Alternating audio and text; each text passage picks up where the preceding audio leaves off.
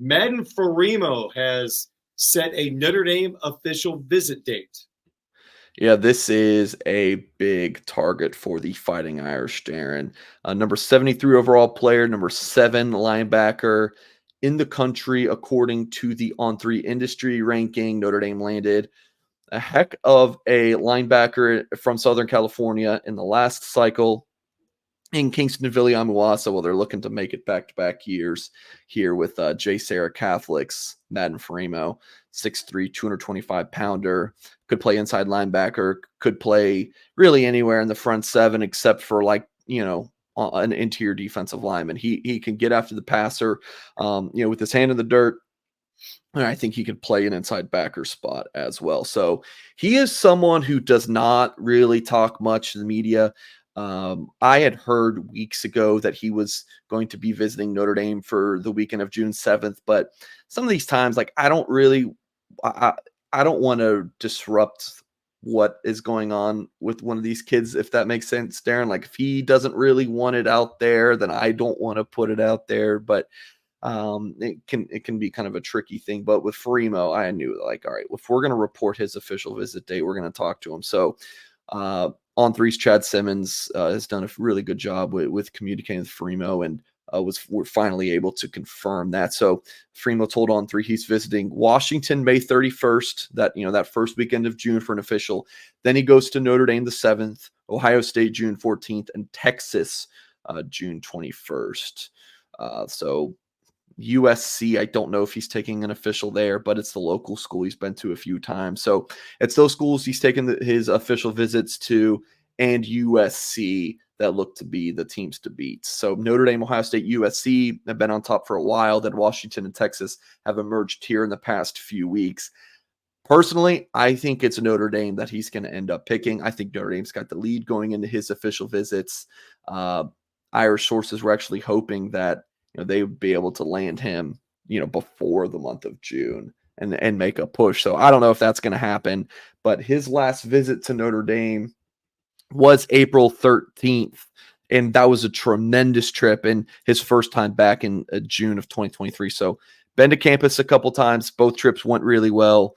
I don't think at this point they're going to be able to get it done before official visits, but he did tell On3 that he is eyeing a commitment before his senior season. So down to 5 schools. I think Notre Dame's on top right now, but this one does appear like it will come down to the official visits and which school he likes the most at that point, Darren. So Madden Fimo for several months now, Darren. If you talk to Notre Dame sources and say, hey, who are some of the top of the board targets, Fimo is someone who would come up first. Okay. For the older football audience, they'll get this reference, I think, but with a name like Madden, if the Irish get in, the coaching staff has to celebrate with a turducken. There you go. John Madden turducken. Only way to do it. All right. Let me get back on track here. Nathaniel Owusu-Boateng, he has also set an official visit date. Yeah, a last name that should sound familiar. His older brother is none other than Jeremiah Owusu-Koramoah, who starred with the Fighting Irish for several years and is now doing pretty well for himself with the Cleveland Browns. So his brother Nathaniel Owusu-Boateng is at IMG Academy down in Bradenton, Florida, and in April, Owusu-Boateng narrowed his list down to 13 schools and had official visits to South Carolina May 31st, Stanford June 7th, and Georgia June 14th. Well, he's still visiting a USC on May 31st that weekend, but it's a different USC now. So he pretty much scrapped that official visit plan.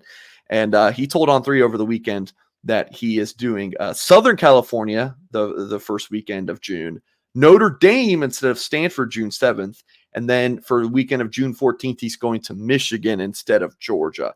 And I was talking to a source this morning, Darren, saying, hey, who do you like? Is Notre Dame out in front here? Is it someone else? Who are we know the schools that he's contending or that are in contention for him just based on his official visits. But is there a feeling of the contender list in order at the top? You know what my source says, Darren? Your guess is as good as mine. No one really knows. But I know coming off of his visit to Notre Dame in January. Sources thought that the Irish had as good of a chance as anyone at the least. Some sources even were as optimistic to say that Notre Dame was the team to beat for this outstanding top 100 talent, according to the On3 industry ranking, a 6'2", 210-pounder.